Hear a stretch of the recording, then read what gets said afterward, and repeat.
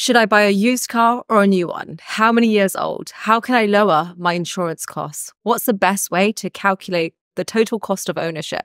Most of us are massively overpaying for our car. And so in this video, I thought it would be helpful to highlight 4 of the most important money things you need to know before buying, along with tips on how you can reduce the cost of having a car over the long run. The age-old question exists when it comes to buying a car. Should I buy new or should I buy used? On one hand, a new car comes with several benefits. Not only is it more shiny and nicer to drive, but it's also seen as more reliable and safer. Plus, they usually come with a warranty, and if you time it right, you can get a good discount on the car. For instance, March and September are busy car buying periods in the UK because that's when new number plates are introduced. Unless these cars get sold in September or in early October, they tend to sit around and depreciate, and any leftovers will be at a lower price by the end of the year. And that's also when car dealers still have sale targets to fulfill. So it's a great time to negotiate. The downside, however, is that even after negotiating and timing this right, buying a new car is often still the less financially savvy option. And statistics show that after the first 12 months, a new car can depreciate by around 15 to 35%. And that depreciation keeps going up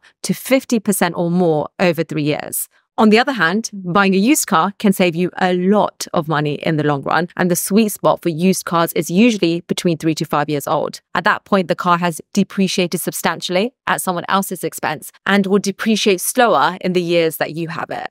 The downside, however, is that used cars may need more maintenance and repairs because it comes with wear and tear from previous owners. And this can really add up over time, but I'll come to some of my favorite tips on how to offset those costs later in the video. Number 2, factor in the all-in price. You can have 2 people buy the same car at the same time, but pay very different amounts for it, purely down to the way they bought the car. The most common ways to buy a new car in the UK is to buy it outright, hire purchase or a bank loan, a lease or a PCP. And depending on which one you choose, it can cost you thousands more or thousands less. To give you a high level overview on what each of them are, the outright way involves paying the full price of the car on day one. So you don't have to worry about any payments or interest going forward. What you see when it comes to the car price itself is what you get. The second way is to buy a car through finance. And in the UK, if you're buying it through the car dealership, this is often referred to as hire purchase. And with this, you pay a deposit for the car or a lump sum at the start, and then you borrow the amount that's left at a set interest rate for a set number of years. So if you're taking out the financing for 3 years, you'll pay the monthly payments for that car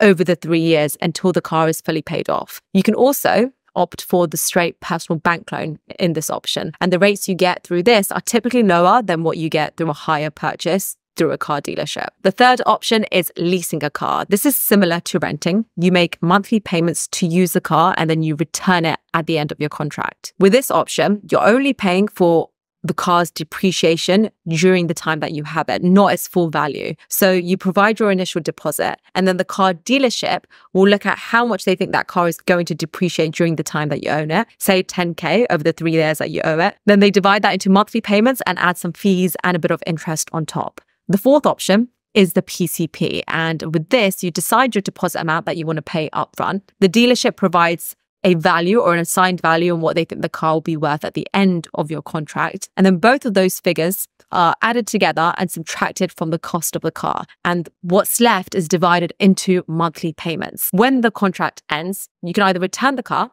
you can use that final assigned value to part exchange the car, or you can pay for that assigned value, assuming it's still what the car is worth, to keep the car. The total cost depends on which of these financing options you choose, the length of the contract, the amount of your deposit, and which car dealership you go for. The price can vary between car dealerships because some of them can offer greater discounts or contributions than other, so it's worth shopping around. Third thing to consider is insurance costs. Insurance costs are often ignored when we're budgeting for a car. You go through the whole car buying process, you decide what car you're buying, and then you look at the insurance cost and you think, didn't budget for that.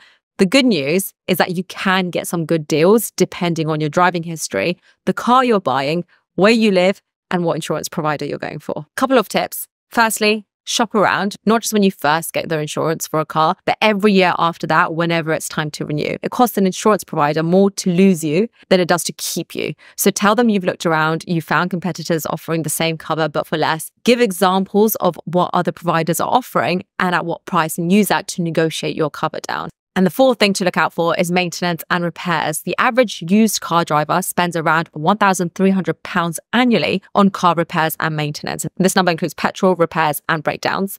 2 tips to keep the repair costs low. Firstly, know that you have other options beyond just going to a car dealership when it comes to maintenance. Whilst, some premium car owners may prefer to have their car serviced at the dealership and only at the dealership, it's worth knowing that local garages can often provide a very high quality service at a much lower cost. And if you're still concerned about the reliability and the quality of service that you can get from local garages, you can opt for an authorized garage from the car manufacturer. These garages are often staffed by mechanics who are seen as just as skilled as those in the dealership, but without the added cost. The second option you could do, which is becoming more and more popular, is the do-it-yourself option, because you can find the answer to anything on Google. I'm not going to recommend this because I would be hopeless, but if you prefer to watch a YouTube video on how to fix something or how to change the oil in your car, you can save money or it'll cost you more depending on your DIY capabilities. Those are 4 common things to look for and consider when buying and running your car. If you want to know about the different financing methods in more detail, I've got a video over here that you could check out. And if you want to know about how much car you can afford depending on your salary, then this video right here is for you.